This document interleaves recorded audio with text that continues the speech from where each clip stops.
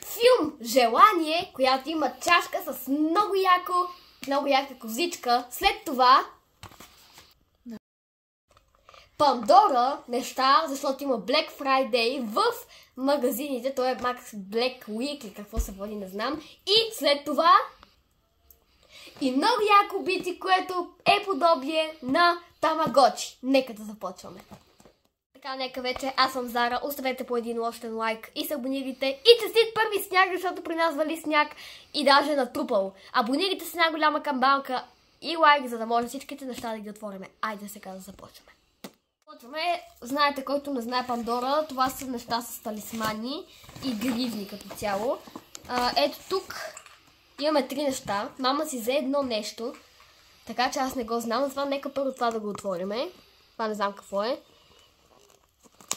Съжалявам.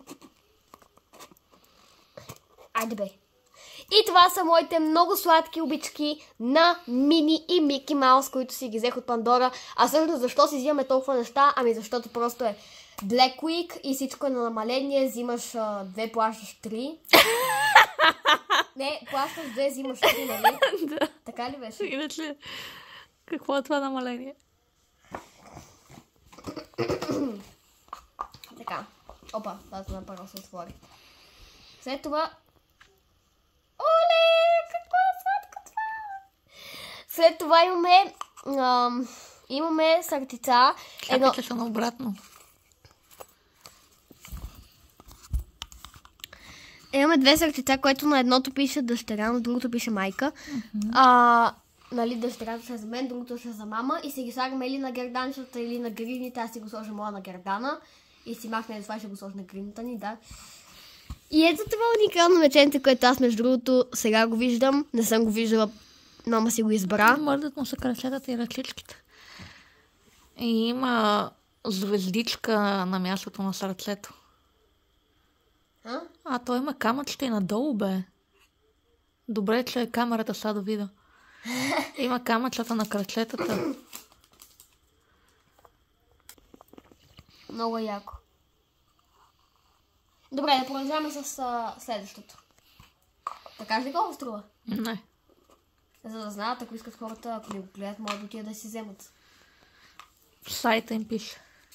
Добре, отидете в сайта, там пише. Тази част си я знаете. Всъщност това е желание, това е Аша. Това е Аша, това е козичката и това е звездичката. Валентино. Която... Добре, това е Валентино, това е звездата. Ако който не го е гледал, да отида да го гледа, има го на 4DX също така, който се тресе всичко. Но аз избрах с козичката, защото ги има всичките в том и има си една. Това е за 100 годишнината на Дисни. Да. Точно. Самката. И сега най-якото, сега естествено също са много яки всичките други неща, но просто това какво е, хора? Това си казвате сега това какъв е толкова квадрат, какво е това нещо? Това е бици, хора. Мама го търсеше и накрая го намерихме в Хиполент. Да. Вижте сега. Тук пише, нали, try me, нали, да дръпна нагоре. Гледайте сега.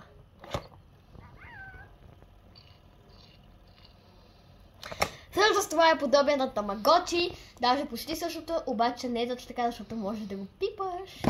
Всъщност това е като някакво... Все едно излъчва кино, вижте. Аз тук сега не го виждам, само трябва да се приближа. На батерия... Сега че нека да започнем да го отваряме, ще се върнем когато го отворя. А как да го отворя без да го покажа как изглежда, да видите кой се намеси тук, иска и тя се вълнува, вижте. И кучето ни е тук, просто в момента тя само е тук, но не няма значение. Хора, ето това, така изглежда буквално, даже е тежко. Не е много леко това. И вижте, гледайте сега какво става. И ето тук нещо трепти, ама мама ми каза какво да натискам, какво да не натискам, не знам. Ти каза ето тук, нали?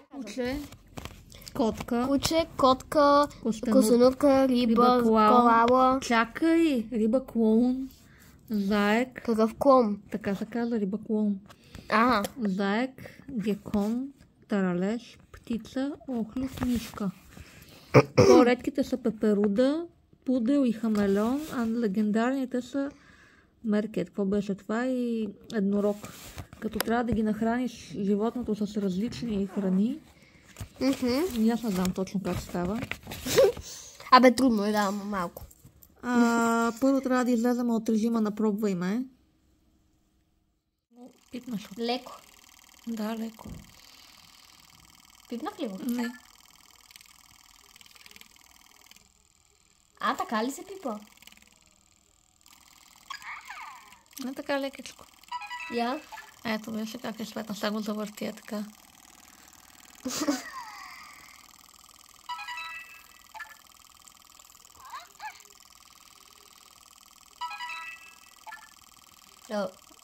Напред, назад, нагоре. Браво. Пак. Чакай, така, нека си да го развъртим.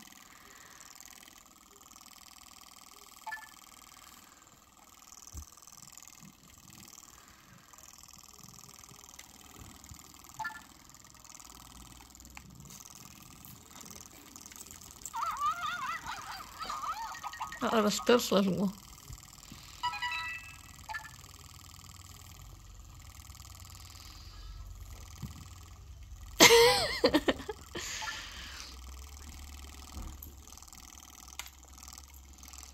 Мам, какво правиш?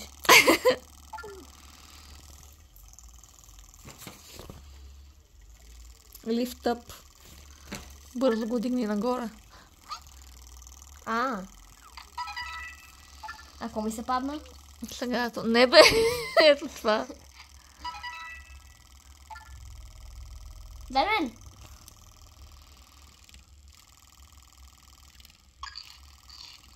Ето я да е. А той ли ми казвате какво иска? Сега какво? Какво ще ми се падне ли? Първо ти се пада кученце. Така ли? Ето, галили го и на него му хареса.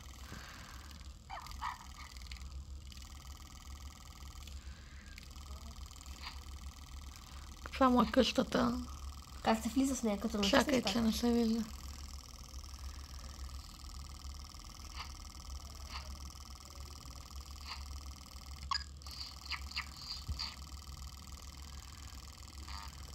Пъртна.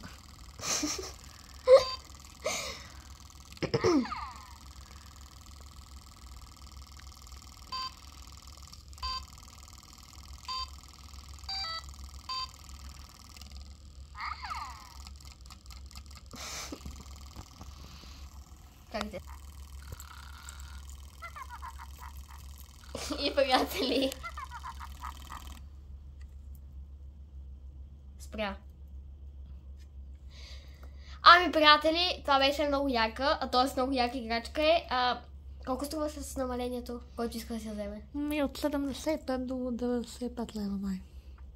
От 75 до 95. Зависи от къде си го купуваш. Ами да, зависи. Ние го намерихме в Хиполент и на мен ми се падна кученце. Те всичките ще ти се паднат. Как? Колкото повече играеш, ти се падат различни животни. То вътре има в играта, освен това има самото животно расте. Освен, че расте, има игри, които да играеш. С разни скачаници и тем подобни. Съобщения, примерно, че иска да го галиш, че иска да му изчистиш, че иска да спи, че иска да яде. Много е хубаво. Ето как расте кученцето, например.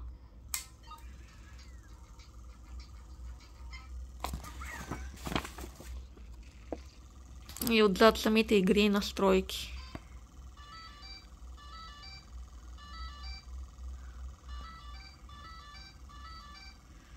И като стигнеш най-високо ниво на даденото животно, можеш да играеш някакви специални игри. Да. Ето иначе какви има.